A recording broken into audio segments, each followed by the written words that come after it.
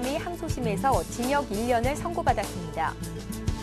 새누리당과 민주통합당이 오는 24일 18대 국회 마지막 원포인트 본회의를 열고 주요 계류 의안을 처리합니다. 지난달 주택매매 거래가 지난해 같은 달보다 크게 줄어든 것으로 나타났습니다. 미국 태평양군 사령관이 북한이 3차 핵실험을 시도할 경우 핵실험 기지에 대해 정밀 타격을 가할 수 있다고 말했습니다. 시청자 여러분 안녕하십니까? 생경제 현장의 최은정입니다. 오늘 코스피 지수가 이틀째 하락하면서 1980선까지 후퇴했는데요. 오늘 자세한 마감 시황 살펴드리겠습니다. 오늘은 송주희 기자를 연결해 봅니다. 안녕하세요. 네, 안녕하세요. 예, 스페인 디폴트 우려를 비롯한 대외 악재에 코스피가 이틀째 하락했습니다. 오늘도 코스피가 하락을 한 이유는 외국인이 이틀째 순매도를 한 것도 큰 이유가 됐었는데요. 자세한 마감 시황 전해주십시오. 네, 오늘 코스피 지수는 7.33포인트 내린 1985.3의 거래를 마쳤습니다. 국내 증시의 뚜렷한 상승 모멘텀이 없는 상황에서 스페인 재정 적자 우려로 유럽 리스크가 다시 부각되면서 투자 심리가 크게 위축된 것으로 풀이됩니다. 개인이 2,133억 원, 기관이 78억 원 매수 우위를 보였지만 3천억 원 넘게 판 외국인 매물 공세를 막기에는 역부족이었습니다. 업종별로는 음식료품과 의료정밀, 의약품 등이 올랐고 운수창고와 통신업, 운송장비 등은 내렸습니다. 시가총액 상위 종목 중에서는 NHN이 1.35% 상승하며 강세를 보였고 현대중공업과 KB금융 등도 올랐습니다. 반면 SK하이닉스가 3.25% 급락한 가운데 LG화학과 삼성전자 등도 크게 내렸습니다. 현대모비스와 현대차, 기아차 등 현대차 3인방도 약세를 보였습니다. 코스닥은 오늘 0.71포인트 내린 500.38로 마감했습니다. 예, 올해 들어 대형주 쏠림 현상으로 하락을 면치 못했던 찬밥 신세를 면치 못하던 중소형주들이 저평가 매력에 최근 들어서 강세를 보이고 있는데요. 앞으로의 흐름도 긍정적으로 평가를 하시는지요? 네, 업계에서는 앞으로 중소형주 강세 현상을 많이 점치는 목소리가 큽니다. 먼저 오늘 코스피 지수는 어제보다 7.33포인트 하락하며 이틀 연속 내림세를 보였습니다. 반면 중소형 지수와 소형주 지수는 각각 0.41%와 0.07%로 소폭 상승했습니다. 지난 2월 고점을 찍은 뒤 내리막길을 걸어왔던 코스닥 지수도 최근 들어 힘을 내고 있는데요. 비록 오늘 코스닥 지수가 약보합으로 마감을 하기는 했지만 최근 사거래 일가 3.2% 상승해 0.5% 내린 코스피와 대조를 보였습니다. 수급 여건도 크게 개선되고 있습니다. 특히 올 들어 대형주 위주 편식으로 중소형주를 철저히 외면했던 외국인들이 오늘 매수 상위 종목의 미래산업과 일신석재, 덕산 하이메탈 등 중소형주들의 이름을 대거 올렸습니다. 최근 중소형주에 대해 다시 햇살이 비춰지는 것은 연초 이후 대형주 쏠림으로 인해 과도하게 하락이 일어나면서 밸류에이션 매력이 부각되고 있기 때문입니다. 이에 따라 전문가들은 앞으로도 낙폭이 크지만 실적은 우량한 중소형주에 관심을 가질 필요가 있다고 조언하고 있습니다. 특히 최근 삼성전자 잠정 실적 호조세로 외국인과 기관으로부터 러브콜을 받고 있는 반도체 부품 장비주나 자동차 정보기술 부품주 등이 추천 종목으로 꼽히고 있습니다. 예, 상법 개정안 시행으로 소규모 합병 규정이 완화되면서 오늘도 관련주들이 강세를 보였는데요. 어떤 내용인지 자세히 봐주십시오. 네, 오늘 유가증권 시장에서 롯데 미도파는 어제보다 5.76%, 롯데쇼핑은 1.49% 올라 동반 강세를 보였습니다. 오늘 이 두 종목이 강세를 보인 것은 두 회사의 합병 기대감 때문입니다. 사실 두 회사 간의 합병설은 오늘이 처음이 아닙니다. 이미 2010년 말부터 꾸준히 제기돼 온 이야기들인데요. 오늘 특히 이 두 종목이 상승을 한 것은 지난 15일부터 상법 개정안이 시행되면서 롯데쇼핑이 이사회 결의만으로도 롯데 미도파를 인수할 수 있게 됐다는 기대감이 주가에 반영됐기 때문입니다. 기존 상법에서는 흡수합병을 할 때 소멸회사의 주주에게 교환해줘야 하는 주식가액이 존속법인 가치의 5%를 초과하지 않으면 소규모 합병에 해당돼 주주총회 특별 결의 없이 이사회 결의만으로도 합병이 가능했습니다. 하지만 개정 3법은 소규모 합병 해당 범위를 주식 매수 청구권이 발생할 가능성이 있는 지분 가치가 10% 미만인 때로 그 요건을 대폭 완화했습니다. 주식 매수 청구권이란 것은 합병이나 분할, 영업 양도 등 주총 특별 결의 사항에 반대하는 주주가 회사를 상대로 자기가 보유한 주식을 정당한 가격에 매수해 줄 것을 청구하는 권리인데요. 주주총회를 통해서 인수 합병을 결의할 경우에는 이 같은 주식 매수 청구권 발생이 불가피합니다. 따라서 5% 룰이 적용된 때에는 롯데쇼핑 주가가 급락하거나 롯데미더파 주가가 급등할 경우 소규모 합병 요건을 맞추기가 어려운 상황이었습니다. 하지만 규제가 완화되면서 그간 주식 매수 청구권 발생 부담으로 지연이 됐던 롯데쇼핑 외에도 호남석유화학의 KP케미칼 합병 작업도 급물살을 탈 것으로 전망되고 있습니다. 이와 함께 증권가에서는 삼성 SDS가 기업 공개 대신 삼성전자로 합병될 가능성도 조심스럽게 제기되고 있습니다. 이건희 삼성그룹 회장 자녀들에 대한 경영 승계를 위해서는 계열사 간 지분 정리가 필요한데 최근 삼성그룹이 상당 기간 삼성 에버랜드와 삼성 SDS의 상장 계획이 없다고 밝혔기 때문입니다. 이 밖에 현대차그룹에서는 현대다이모스, 현대메티아, 현대위스코 등 사업 연관성이 높은 현대위아의 자회사나 손자회사를 소규모 합병할 수 있다는 가능성도 거론되고 있습니다. 한편 비상장 기업의 자사주 매입이 허용되고 이사회 결의만으로도 자기 주식 소각이 가능해지면서 삼성 에버랜드가 삼성카드와 제이모직 등 삼성 계열사 지분을 전량 매입해 소각하는 방안도 가능성이 상당히 높은 것으로 점쳐지고 있습니다. 예, 오늘 증시 관련 소식 송주희 기자에게 들어봤습니다. 고맙습니다. 고맙습니다.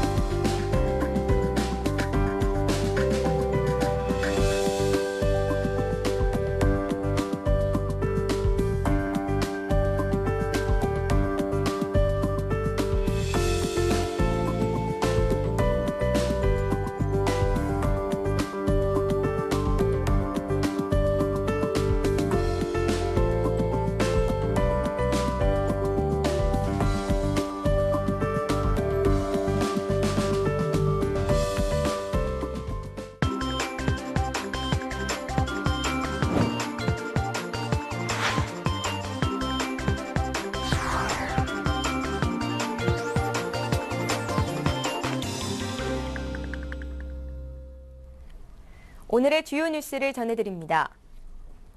광노현 서울시 교육감이 항소심에서 징역 1년을 선고받았습니다. 서울고법 형사합의 2부는 오늘 상대 후보에게 2억 원을 건네 매수한 혐의로 기소된 광노현 교육감에 대한 항소심에서 징역 1년을 선고했습니다. 재판부는 2억 원이라는 금액은 역대 공직선거법 위반 사례에 비춰 거액이고 교육감이 자신의 안위를 위해 후보 사퇴 대가로 돈을 지급한 점이 인정돼 원심 형량은 너무 가벼워 부당하다고 판결 이유를 설명했습니다. 재판부는 그러나 곽 교육감에 대해 대법원에서의 상고심이 확정될 때까지 법정 구속은 하지 않는다고 밝혔습니다. 새누리당과 민주통합당이 오는 24일 18대 국회 마지막 원포인트 본회의를 열고 주요 계류 의안을 처리합니다. 황영철 새누리당 대변인은 오늘 오전 한 라디오 방송에 출연해 여야 협의를 통해 24일 본회의를 여는 것으로 가닥이 잡혔다고 밝혔습니다. 양당은 직권상정 제한, 몸싸움 방지 등을 골자로 한 의회 선진화법을 처리한다는 데는 공감대를 이뤘지만 다른 쟁점 법안이나 민생 법안에 대해서는 아직 의견 일치를 보지 못해 어떤 안건을 처리할지에 대해서는 좀 더 협의가 필요한 상황입니다. 지난달 주택 매매 거래가 지난해 같은 달보다 크게 줄어든 것으로 나타났습니다. 국토양부는 3월 전국 주택 매매 거래량은 총 6만 7천여 건으로 지난해 같은 기간에 9만 6천여 건에 비해 30%가량 줄었다고 밝혔습니다.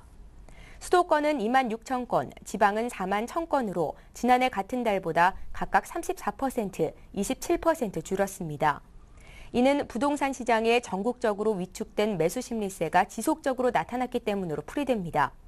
주택 유형별로는 전국 아파트 거래량이 4만 6천여 건으로 지난해 같은 기간보다 35% 줄었습니다. 미국 태평양군 사령관이 북한이 3차 핵실험을 시도할 경우 핵실험 기지에 대해 정밀 타격을 가할 수 있다고 말했습니다. 라클리어 미 태평양군 사령관은 오늘 오후 용산 한미연합사에서 가진 기자회견에서 북한의 핵실험 가능성을 주시하고 있으며 모든 범주의 대응 방안을 강구하고 있다며 이같이 밝혔습니다. 그는 또 지난 15일 북한의 태양절 열병식에 등장한 대륙간 탄도미사일급 신형 미사일에 대해 진짜로 활용될 수 있는 미사일인지 모조품인지는 확인할 수 없다며 한국 등 동맹국들과 협조해 북한의 미사일 개발 진행 추이를 면밀히 감시하겠다고 밝혔습니다.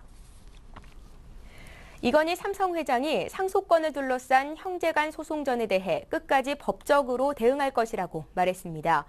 이 회장은 오늘 오전 6시 30분께 출근길에서 기자들과 만나 상속 소송에 대해 고소를 하면 끝까지 맞고소를 하고 대법원이 아니라 헌법재판소까지라도 갈 것이라면서 지금 생각 같아서는 한 푼도 내줄 생각이 없다며 이같이 밝혔습니다. 이 회장은 선대 회장 때 벌써 다 재산 분배가 됐고 각자 다 돈들을 갖고 있다고 강조한 뒤에 CJ도 갖고 있는데 삼성이 너무 크다 보니까 욕심이 좀 나는 것이라며 불편한 심기를 드러냈습니다. 이에 대해 CJ그룹은 소송은 이맹희 씨와 이건희 회장 두 사람 사이의 일이라면서 그룹 차원에서 특별히 밝힐 입장은 없다고 선을 그었습니다. 지난해 기업들의 인수합병이 줄어 지분을 5% 이상 변동보고 등 경영권 관련 공시가 줄어든 것으로 나타났습니다. 금융감독원은 지난해 상장 기업들이 지분을 5% 이상 변동 공시는 7,198건으로 전년의 7,718건보다 520건, 6.74% 감소했다고 밝혔습니다.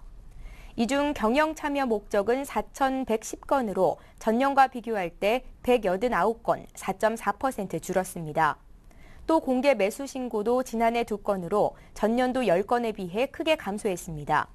한편 외국인 투자자가 지분 5% 이상을 보유한 상장사는 368개로 전체 5% 이상 보유자 가운데 10.2%를 차지했습니다. 세계 경제의 핵으로 떠오르고 있는 중국이 일본 기업 인수에 나서고 있습니다. 이로 인해 양국 간의 희비가 엇갈리고 있는 모습인데요. 자세한 소식 들어봅니다. 국제부의 문승관 기자 연결합니다. 안녕하세요. 네, 안녕하십니까? 중국이 일본 기업 인수에 나서면서 수십 년간 관행이 깨지고 자본의 흐름이 역전됐다는 분석이 나오고 있는데요. 자세히 전해주십시오. 네, 아시아의 두 경제 대국인 중국과 일본의 흥망이 엇갈리면서 일본 자금이 중국으로 몰려가던 수십 년간의 관행이 깨지고 있다고 월스트리트 저널이 보도했습니다. 월스트리트 저널은 지난 몇십 년간 자본의 흐름은 일본에서 중국으로 흘러 들어가는 일방적인 양상이었다며 그러나 지금은 내수 판매 부진과 엔화 강세로 인해 타격을 입는 일본 기업들이 이익을 내지 못하는 사업 부분을 중국에 처분하는 사례가 늘고 있다고 설명했습니다. 중국의 투자 규모는 어느 정도입니까? 월스트리트 저널은 일본 재무성 자료 등을 인용해 지난 2010년 현재 중국으로부터 순유입된 자금은 모두 276억 엔, 약 3억 4,110만 달러로 5년 전에 비해 20배 이상 증가했다고 밝혔습니다. 중국 자본이 일본을 집어삼키기 시작했다는 의미로 해석할 수 있는데요. 일본 무역진흥회가 조사한 중국의 대일본 투자 건수는 지난 2003년 4월부터 2011년 3월까지 약 8년간 모두 89건에 달해 이 기간 동안 이루어진 전체 투자 건수 10.1%를 차지했습니다. 이는 미국에 이어 두 번째로 많은 수준입니다. 실제로 중국 기업들의 움직임은 어떻습니까? 중국 사모펀드 호니캐피탈은 최근 파산보호 신청을 한 일본 디램 반도체 기업 엘피다를 인수하기 위해 미국 TPG와 손을 잡고 하이닉스 도시바 연합 등과 입찰 경합을 벌이고 있습니다. 팍스콘으로 알려진 호나이 정밀 산업은 일본 샤프전자 지분 10%를 사들이기로 했고요. 일본 파나소닉도 중국 최대 가전업체 하이얼의 가전 비즈니스 일부를 매각했습니다. 중국 컴퓨터 제조업체 레노버는 일본 NEC와 지난해 합작 회사를 설립하는 등 중국 기업의 일본 진출이 가속화하고 있습니다. 법무법인 니시무라 아사히의 한 변호사는 일본 기업이 중국에 팔리는 것은 오랫동안 상상하기 어려웠다며 이제는 중국 기업이 투자하고 현지 시장 진출을 위해 중국 측 도움을 받는 것이 일본 기업들에게는 다반사가 됐다고 말했습니다. 끝으로 중국의 일본 투자 앞으로의 전망에 대해서도 한 말씀 해주십시오. 전문가들은 앞으로 중국의 대일본 투자가 더 확대할 것으로 전망하고 있습니다. 중국 자금에 대해 적대적이었던 일본 경제계의 분위기가 바뀌면서 중국이 새로운 자금줄로 떠오르자 일본 정부까지 나서서 중국 기업에게 러브콜을 보내고 있는 상황입니다.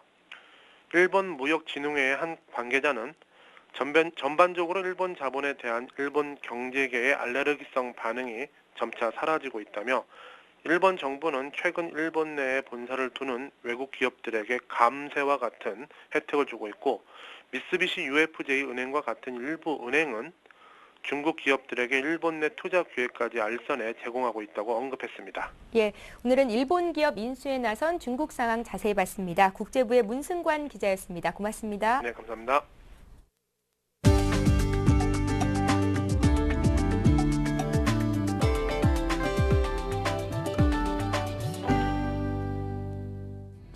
LG전자가 가정용 고급 LED 램프 와이드빔 3종을 출시했습니다. 이 제품은 기존 75W 백열 전구를 대체하는 14W LED 램프로 위아래 300도까지 넓게 빛을 비춰 식탁 조명이나 고급 스탠드와 가등에 적합합니다. 수은과 납이 없는 친환경 제품으로 기존 백열 전구보다 이산화탄소 배출량을 80%가량 줄일 수 있습니다. 수명은 일반 전구보다 25배 이상 길고 가격은 29,900원으로 책정됐습니다. SK텔레콤과 KT가 애플의 새로운 아이패드를 오는 20일 출시합니다. SK텔레콤은 새로운 아이패드를 공식 온라인 사이트인 키월드샵과 전국 대리점에서 판매하고 KT도 올레닷컴과 전국 올레 매장을 통해 새로운 아이패드를 선보입니다. 가격은 모델에 따라 62만 원부터고 요금제는 월 2GB와 4GB의 기본 데이터를 제공하는 태블릿 전용 요금제가 제공될 예정입니다. 농심이 신라면을 이을 차세대 야심작으로 견과류의 고소한 맛과 매운 고추 맛을 갖춘 신개념 유탕면 진짜진짜를 오는 18일 출시합니다. 2년여의 연구를 걸쳐 개발한 제2의 신라면 진짜진짜는 돼지 등뼈와 살코기를 고온으로 고아서 진한 육수에 땅콩과 검은깨 등 견과류와 하늘초 고추를 가미해 고소하고 매운 국물 맛을 내는 것이 특징으로 가격은 봉지당 1,000원입니다.